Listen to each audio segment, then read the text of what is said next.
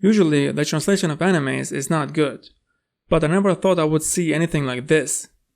Two things are infinite: the universe and human stupidity. And I'm not sure about the universe. The anime that got the privilege to get the dumbest translators ever is Kingdom, which is a real shame, because the story is epic. It is written in a masterful way, so much so that there are times when I get surprised with what the story achieves, and I don't get surprised often. Some of the things that the writer pulls off in this story are stunning. If you watch Kingdom, then you know the problems with the translation, but if you don't, then you will have problems believing it. I am still struggling to believe it. Whenever I rewatch Kingdom, I always react stunned, as if I am seeing this for the first time. I'm not sure if I am forgetting it because it's hard to believe that there is this special kind of dumb people, or my brain is suppressing this information on its own. There are geniuses out there that think that the best way to translate something is to not translate it. But they did not stop there. To make things even more epically for the audience, they changed the words. Because that's what translation is all about. So the names of the characters and places are changed. It is so weird saying these things out loud. A part of me is still in disbelief to the point that I am questioning myself. Maybe I saw it wrong. No one can get it so wrong. No one is that stupid. That's why every time I watch Kingdom, it seems like I am seeing these dumb things for the first time. In this video, I'm not going to talk about only the translation of Kingdom, but also the translation, or should I say the mistranslation of animes in general. But first, let's talk about Kingdom. The Japanese language uses Chinese letters, and the pronunciation is not the same. So, a word is pronounced in one way in Japanese and in another way in Chinese, even though it is the same word with the same letters. The story in Kingdom takes place in ancient China, but Kingdom is a Japanese story, written by a Japanese writer, published by a Japanese company, and then made into an anime by a Japanese studio. And the names of the characters and places are pronounced, surprise surprise, in Japanese. That's why you hear the Japanese voice actors pronounce the names in, I don't know, what could it be? Let's take a wild guess and say maybe Japanese? And then you have these translators, the warriors of stupidity, having a problem with that. And they are showing the Japanese how to pronounce these names correctly because they are doing it wrong. Maybe they should go to Japan and teach the Japanese language to the Japanese people because apparently they got it wrong. You see now why I am struggling to believe this stupidity? Let's put aside for a moment the languages and translation. Let's talk about the anime as a production and the viewers. Who did greenlight this decision? And with what logic? Who thought this was a great idea? Who are these morons who thought that the audience would like it better this way? There's nothing more weird and distracting than to hear a name and then read another in the subtitles. And the names are not even close the same, they are completely different. Apart from a few names, I have no clue what are the names of the characters or places. Learning foreign names is hard because these names you have never heard before. It is not like you get to hear them in everyday life. And what makes it even harder is that these names are old names and not modern ones. And one way to make it easier to learn them is to read them. Unfortunately, that's not possible in this anime, due to these dumb translators. I did check different translations, but they are all doing the same thing. There must be something in the water they are drinking.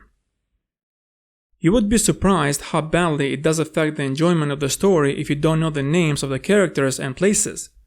And you always wonder about who the characters are talking, or who is doing this or that.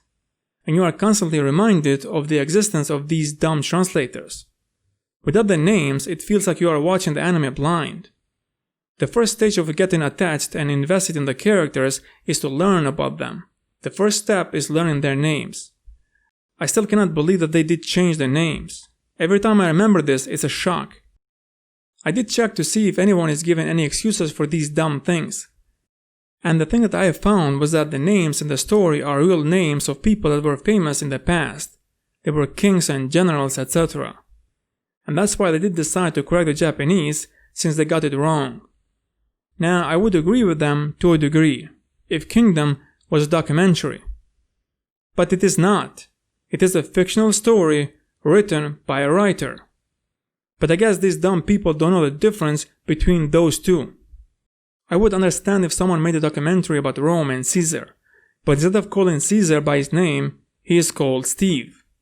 Now that would be confusing, and the wrong thing to do. But this is an anime, and not a documentary, and that line of thinking is dumb.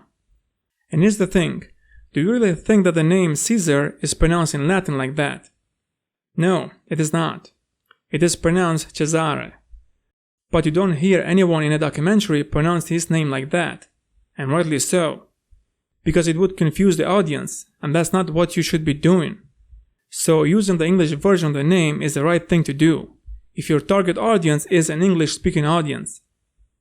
If I were to ask you what is the name of this country, all of you would say Japan.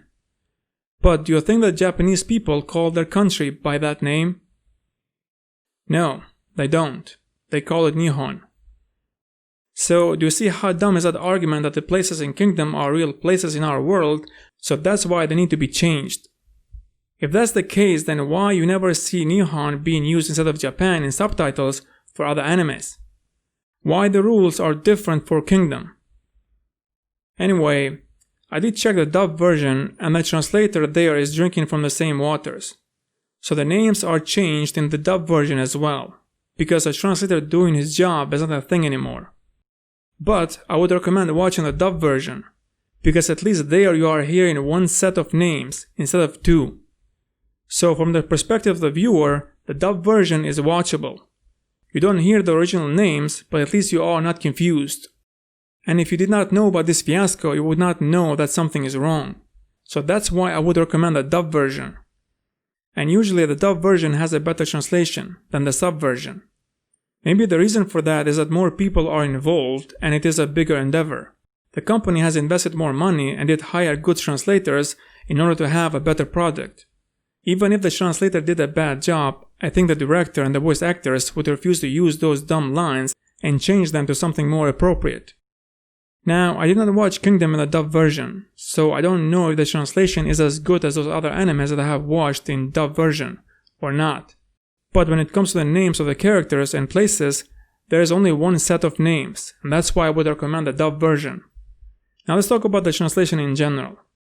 The best translation I've ever seen is very average, which is a shame since these stories are epic, so detailed and deep and incredibly thought out.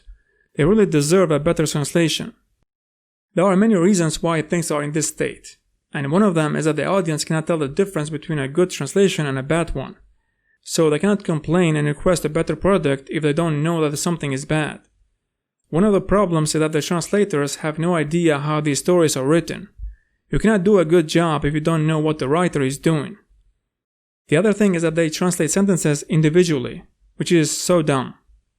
The translation of the first sentence depends on the last sentence. The translator needs to read the whole thing and understand what he is translating and then start to translate. Otherwise you are doing what Google Translate does, but just worse. Because the software does not know the meaning of what is written. If you pay attention to every sentence and every word and you are piecing all of that together to create a full picture of the story in your head, I am sure this has happened to you. You read the sentence and it does not fit into the story. And also it is not connected with what was said previously. This is one of the problems of translating the sentences individually, and also not knowing what the story is about, or what did happen in the previous episode. A lot of times I need to wait to see what is happening visually to understand what the character was saying, and that really destroys the enjoyment of the story.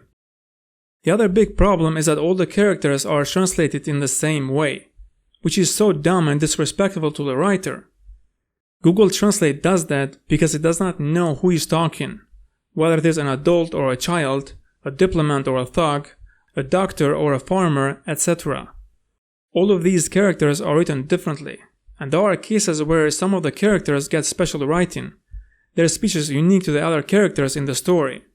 And I understand why a software is translating everything in the most generic way possible, but what excuses do these dumb translators have? One of the things that are so annoying is when a character says a word when you know that that character would never say that word. A gangster sounded like a grandmother, or a 5-year-old sounds like a rocket scientist who has not seen the sun. Things like that really pull you out of the story. It could be that they are not translating the episode but the transcript, and they have not seen the episode at all. And that's why there are so many dumb things in the translation. You cannot translate an episode if you have not seen it. It does not work. And that's how you end up with a weird, dumb, and bad translation. One thing that is so weird and I cannot comprehend at all is that a lot of times you hear a character say a name, but that name is not in the subtitles at all. This cannot be a mistake. The only explanation is that they are doing on purpose or they are trolling. And this does not stop there. If you watch a lot of animes, then I'm sure you know the words like father, mother, children, sir, soldier, and other words like those that you hear all the time. They are also not translated properly in a lot of cases or not used at all, even though you heard the character say it. If you know other words in Japanese, then you can tell where they are being mistranslated. And unfortunately, there are times when those mistranslations change the whole meaning of the scene or the story, which is a real shame. So, what's the solution to this problem? Learning Japanese. That's the best way. If you are already watching animes regularly, then it should be easy. Here's how I learn a new language. I watch content in that language with subtitles, then I try to learn at least one word a day. Whether I use a dictionary or watch a video lesson about the Japanese language, it doesn't matter how you learn that word, but it is important to learn it very well and not forget it after a couple of days. And it helps a lot if you write it, and if you have forgotten, you know where to look for that word. I would not recommend trying to learn by just watching animes, because it will take 10 times longer and you could be learning things in the wrong way, and then you need to unlearn that. You need to have a base. And after you have learned a couple of words, when a character uses a word that you know, you notice the word and translate in your mind immediately. And because of knowing that word, and with visual aid, you might pick up the second word in the sentence very easily. And after a while, then the third and the fourth word. You don't know the other half of the sentence, but you can still figure out what the sentence is about. And the rest of the language you can learn it pretty quickly. But you need a base, discipline, and commitment. Just watching something in another language usually does not work. I know people that have watched stuff in foreign languages for years, and still they don't know the language but only a few words. I would recommend this YouTube channel. They have a lot of good videos. You should watch the series called 800 Words and Phrases. If you learn all of those, you will be able to understand a lot of what is being said in an anime. Thanks for watching and see you in the next video.